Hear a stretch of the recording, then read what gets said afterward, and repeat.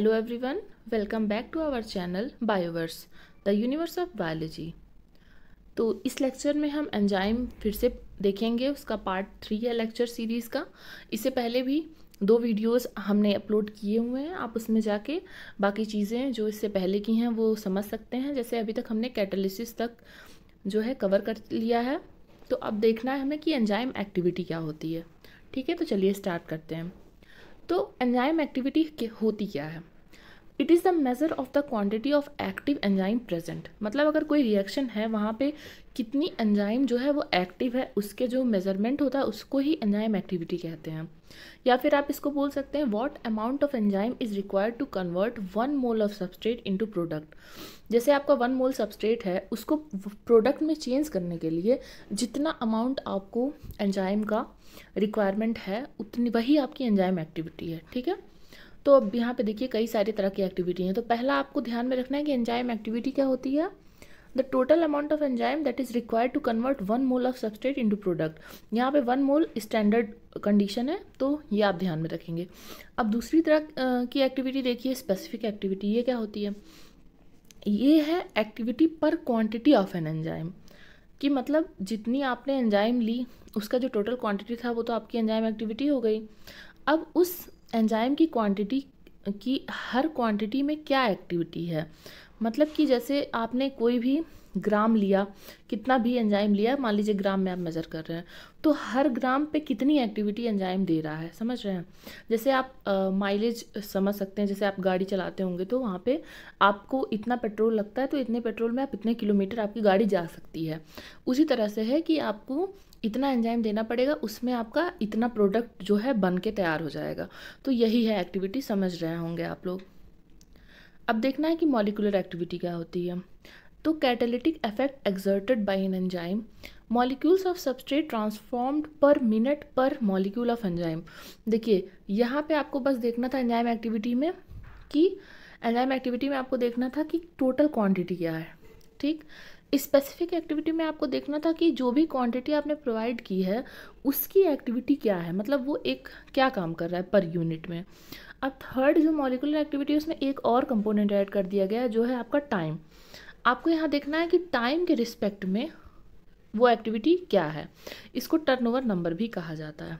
ठीक है, तो ये क्लियर होना चाहिए कि एंजाइम एक्टिविटी आप टोटल क्वांटिटी ऑफ एंजाइम देख रहे हैं, स्पेसिफिक एक्टिविटी में आप देख रहे हैं कि उस जो आपने क्वांटिटी प्रोवाइड की है उसकी एक्टिविटी क्या है, और मॉलिक्यूलर एक्टिविटी है कि जो एक्टिविटी है उसको विथ रिस्पेक्ट टू टाइम आपको देखना है। ठीक है, आगे देखते हैं। अब देखिए यहाँ पे यूनिट्स की बात करते हैं। तो एंजाइम एक्टिविटी को जो है आखिर यूनिट में मेज़र करना ही पड़ेगा। जितनी भी तीनों तरह की एक्टिविटीज़ हमने पढ़ी हैं उसको आपको यूनिट्स में मेज़र करना पड़ेगा। तो यहाँ पे 2 तरह की यूनिट है, क्लासिकल यूनिट या फिर उनको इंटरनेशनल यूनिट कहते हैं, और न्यू इंटरनेशनल यूनिट या फिर मॉडर्न यूनिट्स। ठीक है, तो आप किसी भी तरह से मेज़र कर सकते हैं, बस आपको ये चीज़ याद रखनी है कि कन्वर्जन करते समय कि मतलब एक यूनिट में कितनी, और आप जैसे एक क्लासिकल यूनिट में कितनी इंटरनेशनल यूनिट होंगी या फिर एक इंटरनेशनल यूनिट में कितनी क्लासिकल यूनिट होंगी, ये आपको याद रखना होगा। तो सबसे पहले चलिए देखते हैं क्लासिकल यूनिट्स को। तो क्लासिकल यूनिट में सबसे पहले एंजाइम एक्टिविटी के देखते हैं कि उसको कैसे मेज़र करना है।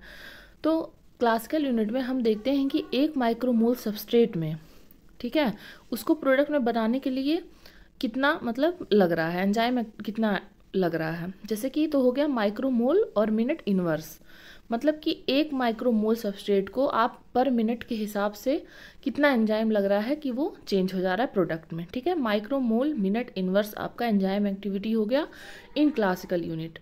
अब देखते हैं स्पेसिफिक एक्टिविटी क्या होती है। तो इसकी एक्टिविटी ऑफ एन एंजाइम, देखिए ये आपकी एक्टिविटी निकल गई। अब आपको स्पेसिफिक एक्टिविटी में क्या करना था, उसकी क्वांटिटी की यूनिट में लाना था, तो आप इसको कर देंगे ग्राम से। ठीक है, या फिर mg, जो भी मतलब आपका क्वांटिटी है। तो यहाँ पे आपको mg के रिस्पेक्ट में यहाँ पे आपको एंजाइम की टोटल क्वांटिटी बतानी रहेगी ग्राम में या फिर mg में। ठीक है, तो एक्टिविटी ऑफ एन एंजाइम पर मिलीग्राम ऑफ टोटल प्रोटीन या फिर एंजाइम। अब यहाँ पे लास्टली देखते हैं मॉलिक्यूलर एक्टिविटी क्या होती है। एक्टिविटी ऑफ एन एंजाइम पर माइक्रोमोल ऑफ टोटल एंजाइम। तो यहाँ पे आपको जो आपने ऊपर एक्टिविटी निकाली थी माइक्रोमोल मिनट इनवर्स, उससे आपको देखना है कि जो एंजाइम का कितना माइक्रोमोल लग रहा है। ठीक है, पर माइक्रोमोल में क्या एक्टिविटी दे रहा है, तो ये आपका हो गया। अब देखिए, अब नया देखते हैं कि मॉडर्न यूनिट्स में क्या क्या है। मॉडर्न यूनिट्स में है आपका कैटल। जैसे एंजाइम एक्टिविटी आप किस में मेजर करेंगे, कैटल में, या फिर उसको कहते हैं मोल पर सेकेंड। तो यहाँ पे देखिए माइक्रो मोल लिया जा रहा था और यहाँ पे उस चीज़ को बढ़ा दिया गया, मोल कर दिया गया, और यहाँ पे मिनट लिया जा रहा था और यहाँ पे कर दिया गया है सेकेंड। ठीक है, अब देखते हैं स्पेसिफिक एक्टिविटी की क्या मेजरमेंट्स हैं। तो स्पेसिफिक एक्टिविटी में यहाँ पे देखिए एक्टिविटी पर किलोग्राम, यहाँ पे हम लोग mg यूज़ कर रहे थे और यहाँ पे वो चीज़ किलोग्राम हो गई है। तो एक्टिविटी तो आपको निकल ही गई मोल पर सेकेंड। अब उसके बाद में आप kg को भी इन्वर्स कर देंगे। ठीक है, यहाँ पे देखिए एक बहुत इंपॉर्टेंट बात है, कभी भी अगर आपको दो एंजाइम्स की एफिशिएंसी को कंपेयर करना, जैसे मान लीजिए कोई क्वेश्चन दिया हुआ है या न्यूमेरिकल लगाते हैं जैसे हम लोग, उसमें बहुत सारी चीज़ें दी रहती हैं, तो आपको ध्यान किस में देना। अगर आप किसी एंजाइम को कंपेयर कर रहे हैं, जैसे हमेशा न्यूमेरिकल्स आते हैं कि which of the following enzyme is more efficient. ठीक है, तो आप कभी भी ना आप उसको मॉलिकुलर एक्टिविटी के बेस पे जज करेंगे, ना ही आप उसको एंजाइम एक्टिविटी के बेस पे जज करेंगे। कभी भी अगर आपको दो एंजाइम को कंपेयर करना होगा तो आप हमेशा स्पेसिफिक एक्टिविटी निकालेंगे उस एंजाइम की, और फिर आप देखेंगे कि जिसकी स्पेसिफिक एक्टिविटी ज़्यादा होगी वो एंजाइम ज़्यादा एफिशिएंट होगा। क्लियर। अब लास्टली देखते हैं कि मॉलिकुलर एक्टिविटी को कैसे देखा जाएगा मॉडर्न यूनिट्स में। तो इसमें आपको सिंपली कैटल पर मोल, ठीक, जो आपका एक्टिविटी निकला था उसको और पर मोल से कर देंगे। यहाँ हमने माइक्रोमोल का इस्तेमाल किया था। ओके, ये देखिए ये जो आपका है मोल पर सेकेंड, इसी को हम लोग कैटल भी बोलते हैं। ठीक, अब यहाँ पे कन्वर्जन का एक इम्पॉर्टेंट चीज़ है कि देखिए अगर आपको कन्वर्जन करना हो इंटरनेशनल यूनिट से न्यू इंटरनेशनल यूनिट में, तो ये बात ध्यान रखिएगा कि एक कैटल में 6 × 10⁻⁷ इंटरनेशनल यूनिट्स होते हैं। मतलब कि यहाँ पे देखिए आपको दिख भी रहा है कि यहाँ पे जो इंटरनेशनल यूनिट्स हैं वो छोटी हैं, मतलब वहाँ पे माइक्रोमोल लिया गया है। मॉडर्न यूनिट्स में हमने बड़ी यूनिट्स ली हैं, तो वो मैटर करेगा। तो एक कैटल में 6 × 10⁻⁷ इंटरनेशनल यूनिट्स पाई जाती हैं। अब इसी को या फिर हम कह सकते हैं कि एक इंटरनेशनल यूनिट में 1.667 × 10⁻⁻8 कैटल पाई जाती है। अब देखिए यहाँ पे एक एग्जांपल लेके हम समझने की कोशिश करेंगे कि आपको बताना है कि इन दोनों एंजाइम, जैसे यहाँ पे 3 एंजाइम्स दी हुई हैं E1, E2, E3, आपको बताना है कि किसकी स्पेसिफिक एक्टिविटी जो है सबसे ज़्यादा है। और यहाँ पे देखिए अमाउंट भी दिया हुआ है, और ये आपका दिया हुआ है एक्टिविटी, ये जो दी हुई है ना माइक्रोमोल पर मिनट, ये आपकी एक्टिविटी दी हुई है। तो अब आपको बताना है कि कौन सी एंजाइम सबसे एफिशिएंट है। तो सबसे पहले आपको क्या करना है, बस आपको ये activity by total amount of enzyme कर देना है। तो पहले केस में हम करेंगे 100/100 आएगा, दूसरे केस में करेंगे 1000/100 10 आएगा, तीसरे केस में करेंगे 500/10 50 आएगा। तो यहाँ पे सबसे ज़्यादा जो है ये एंजाइम 1 जो है वो एफिशिएंट है। ठीक है, इस तरह से हमें एंजाइम्स की एफिशिएंसी कंपेयर करनी है। आगे देखते हैं, जैसे ये यहाँ पे थोड़ा सा एक मतलब ग्राफ के रिस्पेक्ट में क्वेश्चन पूछा है। तो देखिए यहाँ पे ये स्लोप आपकी एंजाइम की होगी और ये हो गई आपकी एक्टिविटी। ठीक है, तो यहाँ पे देखिए आपको बताना है कि कौन सी, ये एक हो गया, ये एंजाइम फर्स्ट हो गया, ए हो गया, बी हो गया और ये सी हो गया। अब आपको यहाँ पे अमाउंट दिया हुआ है कि आपने कितना एंजाइम यूज़ किया हुआ है। तो ए ने 1 mg यूज़ किया, बी ने 10 mg, सी ने 5 mg। तो यहाँ पे सबसे पहले आप स्पेसिफिक एक्टिविटी निकालेंगे। तो स्पेसिफिक एक्टिविटी जो पहले की निकलेगी वो यहाँ पे 50 निकलेगी, क्योंकि देखिए इनकी एंजाइम एक्टिविटी 50 है और इनको आप डिवाइड कर देंगे इनके टोटल अमाउंट से जो कि 1 है, तो 50 आ गया। फिर बी के लिए देखेंगे तो 100/10 करेंगे तो ये 10 आ जाएगा। फिर वही चीज़ थर्ड का देखेंगे 150/5 तो ये 30 आ जाएगा। तो इस हिसाब से हम इसको अरेंज कर लेंगे कि ये एफिशिएंसी का जो है ट्रेंड है। आगे देखते हैं, अब देखते हैं कि एंजाइम काइनेटिक्स क्या है और इसको समझने की कोशिश करते हैं। ठीक है, तो ये होता क्या है, it is the quantitative study of enzyme catalysis. जैसे जो रिएक्शन प्रोसीड कर रहा है, एंजाइम का जो भी रोल है उसको हम देखते हैं कि वो क्वांटिटेटिवली कैसे मेज़र कर सकते हैं आप उसको। ठीक है, it helps to measure reaction rates and the affinity of enzymes for substrate and inhibitors and reaction mechanism. इससे हम रिएक्शन मैकेनिज्म को जानेंगे, ये जानेंगे कि रिएक्शन रेट कितने पे चल रहा है, या फिर ये जानेंगे कि सबस्ट्रेट और एंजाइम को एक दूसरे के लिए कितनी एफिनिटी है। ठीक है, तो जैसे हम सब जानते हैं कि केमिकल रिएक्शन किस फॉर्म में होता है, यहाँ पे सबस्ट्रेट मिलते हैं और प्रोडक्ट बनाते हैं। ठीक है, जैसे रिएक्टेंट, 2 रिएक्टेंट मिलके एक प्रोडक्ट बनाते हैं। ओके, अब रेट ऑफ रिएक्शन जो है कि वो दो तरीक़ों से आप एक्सप्रेस कर सकते हैं। अगर दो रिएक्टेंट मिलके, अगर किसी चीज़ का दो पहलू है, जैसे कि दो रिएक्टेंट मिलके एक प्रोडक्ट बना रहे हैं, तो ये जो रिएक्शन है टोटल, ये किस पे बेस करता है, या तो इन दोनों पे बेस करेगा या तो ये इस पे बेस करेगा। आप इसको दो तरीक़ों से मतलब बता सकते हैं। या तो आप ये कह सकते हैं कि ए और बी कितने जल्दी घट रहे हैं, या तो आप ये कह सकते हैं कि पी कितने जल्दी बढ़ रहा है, मतलब आपका जो रिएक्टेंट है वो कितने जल्दी ख़त्म हो रहा है, या तो आप ये बता सकते हैं कि आपका प्रोडक्ट कितने जल्दी बन रहा है। तो हमें बस यही बात समझनी है। अब देखिए, जैसे यहाँ पे लिखा हुआ है, या तो rate of disappearance of reactants या तो rate of appearance of product. ठीक है, तो अब रेट इज इक्वल टू क्या हो गया, या तो minus delta A by delta T, आपका पहला रिएक्टेंट हो गया, या फिर minus delta B by delta T, यह आपका दूसरा रिएक्टेंट हो गया, या तो positive delta P by delta T. यहाँ पे नेगेटिव साइन बस आपको दिखा रहा है कि डिसअपियरेंस की रेट क्या है, और यहाँ पे पॉजिटिव साइन दिखा रहा है कि अपीयरेंस की रेट क्या है। अब देखते हैं कि ये ए है क्या, concentration of A in moles per litre, और बी है concentration of be in moles per litre. Delta आपको चेंज को दिखाता है कि विथ रेफरेंस टाइम कितना चेंज आया, और पी आपका है concentration of product in moles per litre. ठीक है, यहाँ पे जैसे मैंने लिखा भी हुआ है कि जो नेगेटिव साइन है वो बस ये दिखाने के लिए कि रिएक्टेंट कितने जल्दी यूज्ड अप हो रहे हैं। ठीक है, it has been established that the rate of a reaction at a given time is proportional to the product of the concentration of reactant raised to the appropriate powers। तो इस चीज़ को establish किया गया है कि जो रेट है वो डायरेक्टली प्रोपोर्शनल है, रिएक्टेंट जो दोनों आपके रिएक्टेंट हैं उसको एक सर्टेन पावर तक आप रेस करेंगे तब तक वो डायरेक्टली प्रोपोर्शनल आपका रेट रहेगा। मतलब जो रेट है वो यहाँ पे डिपेंड कर रहा है किसके ऊपर, रिएक्टेंट्स के कंसंट्रेशन के ऊपर। ऑब्वियस सी बात है भाई, रेट इसी पे तो डिपेंड करेगा कि कितने सारे सबस्ट्रेट आपके पास अवेलेबल हैं। अगर आपको चाय बनाना है तो आपके पास मतलब जितने कंसंट्रेशन में रहेगा उतने जल्दी जल्दी प्रोडक्ट आपका बनेगा ना। ठीक है, तो या फिर अगर आप इस डायरेक्टली प्रोपोर्शनल को हटाते हैं तो यहाँ पे इक्वल के साइन आएगा, और यहाँ पे ये एक रेट कांस्टेंट आ जाएगा के। ठीक है, और ये बाकी कंसंट्रेशन पे पावर वैसे ही रहेगा।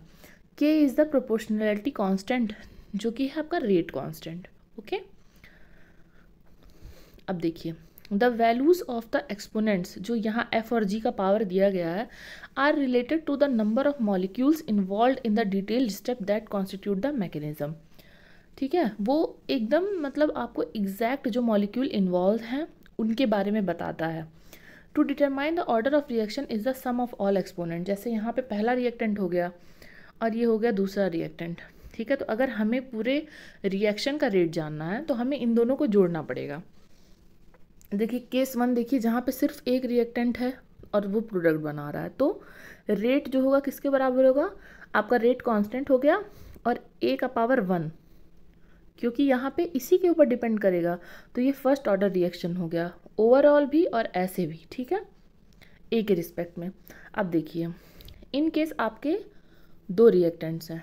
ठीक है, तो क्या होगा, रेट जो होगा डिपेंड करेगा आपके जो है रिएक्टेंट 1 पे भी डिपेंड करेगा और रिएक्टेंट सेकेंड पे भी डिपेंड करेगा। ठीक है, तो इसको कैसे हम देखेंगे, तो ये ए के रिस्पेक्ट में तो फर्स्ट ऑर्डर रिएक्शन ही हो रहा है। ठीक है, लेकिन अगर बी को भी देखेंगे, अगर ए और बी को अलग अलग देखेंगे तो ये फर्स्ट ऑर्डर रिएक्शन हो गया, लेकिन अगर साथ में देखेंगे तो सेकेंड ऑर्डर रिएक्शन हो गया ओवरऑल। ठीक है, क्योंकि ये दो पे डिपेंड कर रहा है। अब देखिए एक केस और समझिए, अगर मान लीजिए जो ए है वो बी बना तो रहा है, लेकिन जो रेट है वो इसके कंसंट्रेशन से इंडिपेंडेंट है, मतलब इस पर डिपेंड ही नहीं कर रहा है। जैसे आप जैसे मतलब पानी में शक्कर घोलते हैं, ठीक है, एक पॉइंट के बाद आप उसमें कितनी भी शक्कर घोलिए वो शक्कर नहीं घुलती है।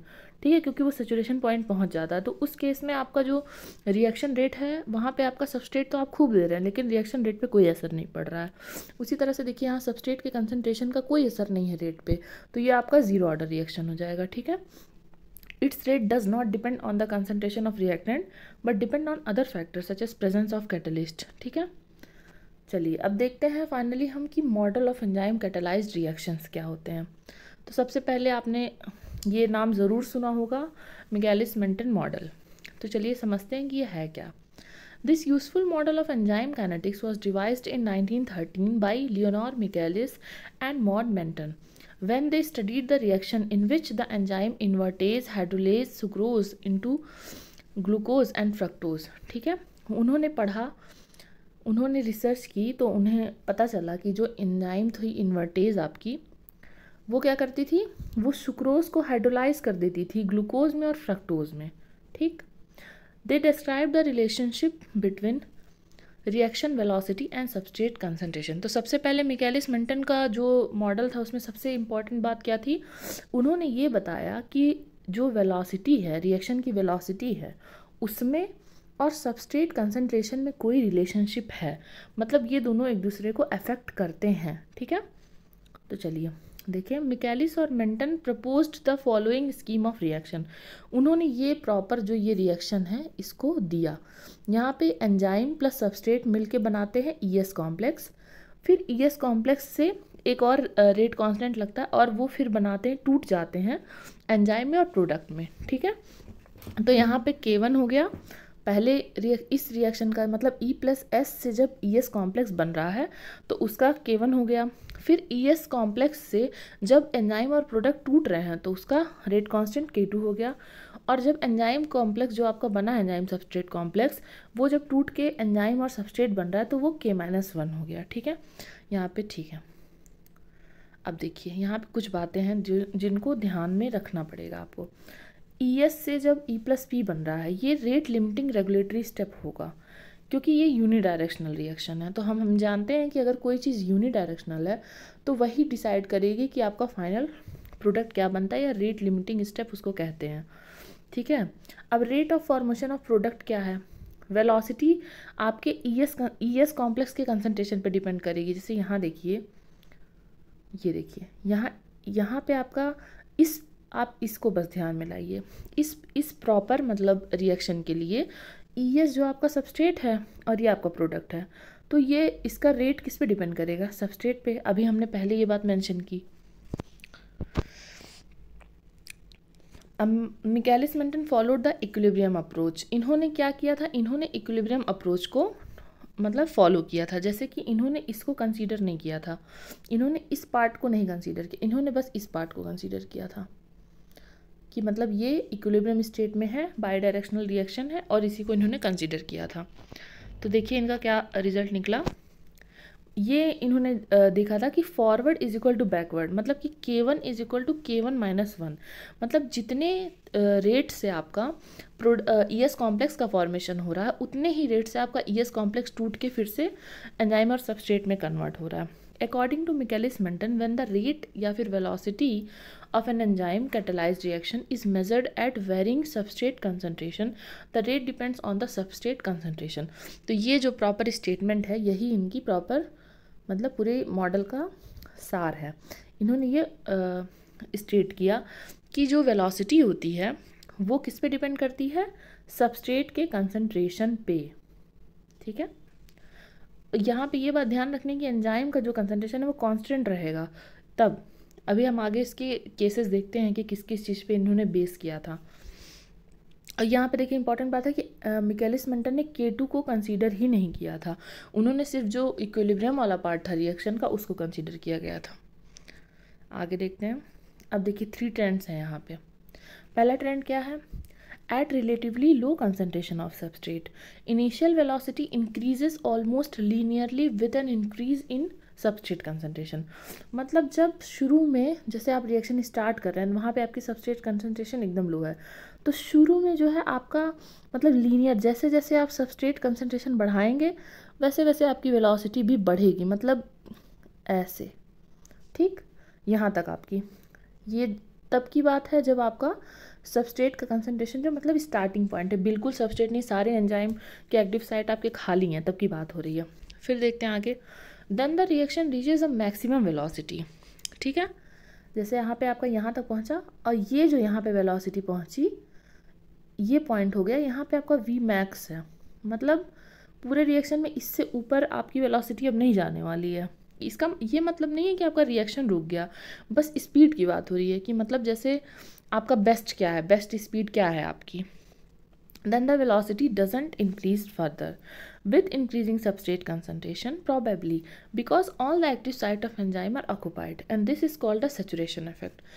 ठीक है, जैसे जब सारे एंजाइम के एक्टिव साइट जो होंगे वो ऑक्यूपाई हो जाएंगे, तो फिर आप सबस्ट्रेट कितना भी डालिए, एक पॉइंट पे जाने के बाद वेलोसिटी इंक्रीज नहीं होगी। ये ग्राफ से हम समझते हैं, ये बहुत ही क्लासिक ग्राफ है, हाइपरबोलिक प्लॉट है ये। देखिए यहाँ से आपका रिएक्शन स्टार्ट हुआ, ये सबस्ट्रेट कंसंट्रेशन है, ये वेलोसिटी है।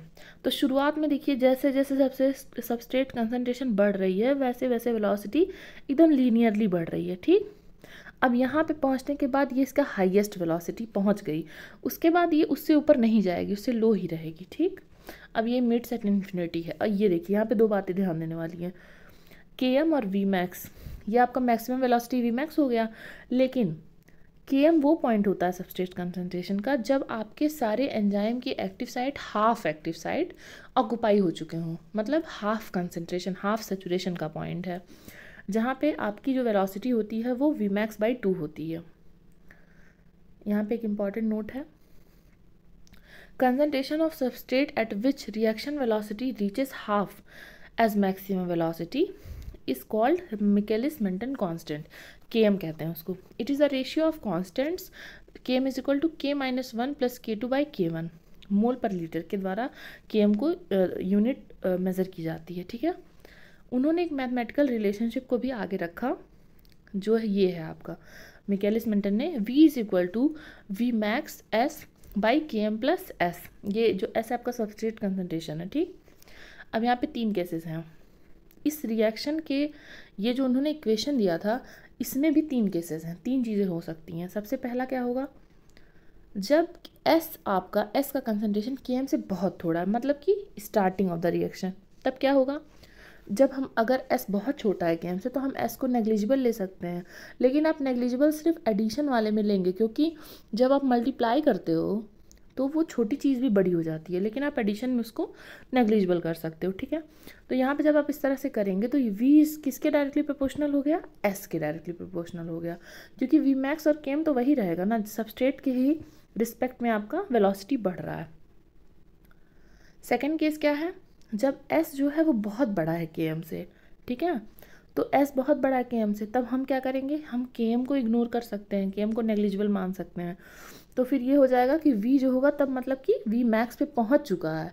अगर S Km से बहुत बड़ा है तो V क्या हो गया आपका, Vmax हो गया, क्योंकि हमें पता है कि जब तक Km जो है अटेन नहीं किया जाएगा तब तक Vmax पाया नहीं जा सकता, और जब सबस्ट्रेट Km से बहुत बड़ा है मतलब कि Vmax ऑलरेडी अटेंड करा जा चुका है। फिर थर्ड केस है कि जब S और Km दोनों बराबर हों, मतलब कि क्या हुआ, Km का मतलब ही यही था कि जब हाफ सेचुरेशन पॉइंट रहेगा मतलब वेलोसिटी आपकी Vmax/2 रहेगी। ये देखिए यहाँ पे इसको मैथमेटिकली मतलब ऑब्टेन किया गया है। ये देखिए जैसे S = Km हो गया तो Km की जगह पे भी आप S लिख सकते हैं, तो इस तरह से Vmax/2।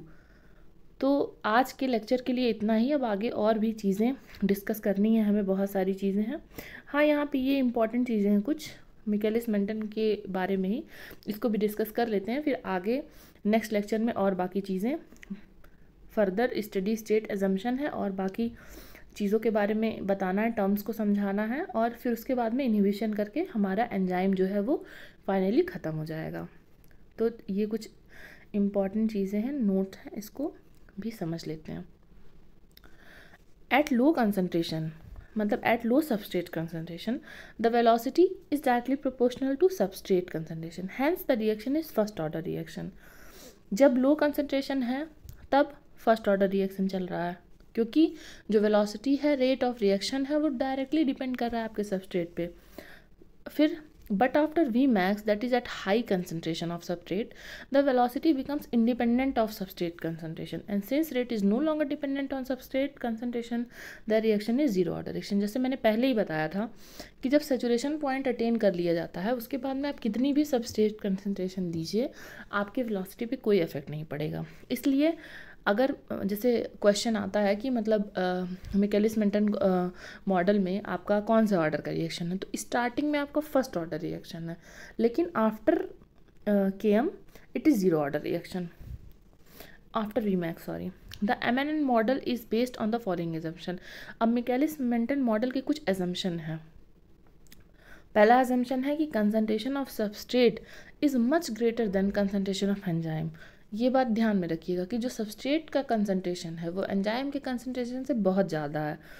सेकंड है कि एंजाइम का कंसंट्रेशन हमेशा कांस्टेंट रहेगा थ्रू आउट द रिएक्शन, हमेशा एंजाइम कांस्टेंट रहेगी। चेंज क्या हो रहा है, सिर्फ सबस्ट्रेट चेंज हो रहा है। जैसे ऐसा क्यों, अगर हम दोनों चीज़ को मतलब चेंज करेंगे तो हम स्पेसिफिकली एक चीज़ पे हाथ नहीं रख सकते कि इसी की वजह से हो रहा है। इसलिए जब भी आपको किसी चीज़ को टेस्ट करना होता है या किसी चीज़ को इम्पॉर्टेंस देखनी होती है तो आप बाकी सारी चीज़ों को कांस्टेंट रख के सिर्फ एक उसको ही ऊपर नीचे करते हैं तो आपको पता चलता है कि उसका असर क्या है। फिर rate of formation of EP complex is equal to rate of breakdown of ES complex. मतलब कितने जल्दी आपका प्रोडक्ट फॉर्मेशन हो रहा है वो उसका रेट और ES कॉम्प्लेक्स के ब्रेकडाउन का रेट बराबर होगा। Formation of ES complex from E plus P is negligible because any back reaction rate will be proportional to P and P is essentially zero.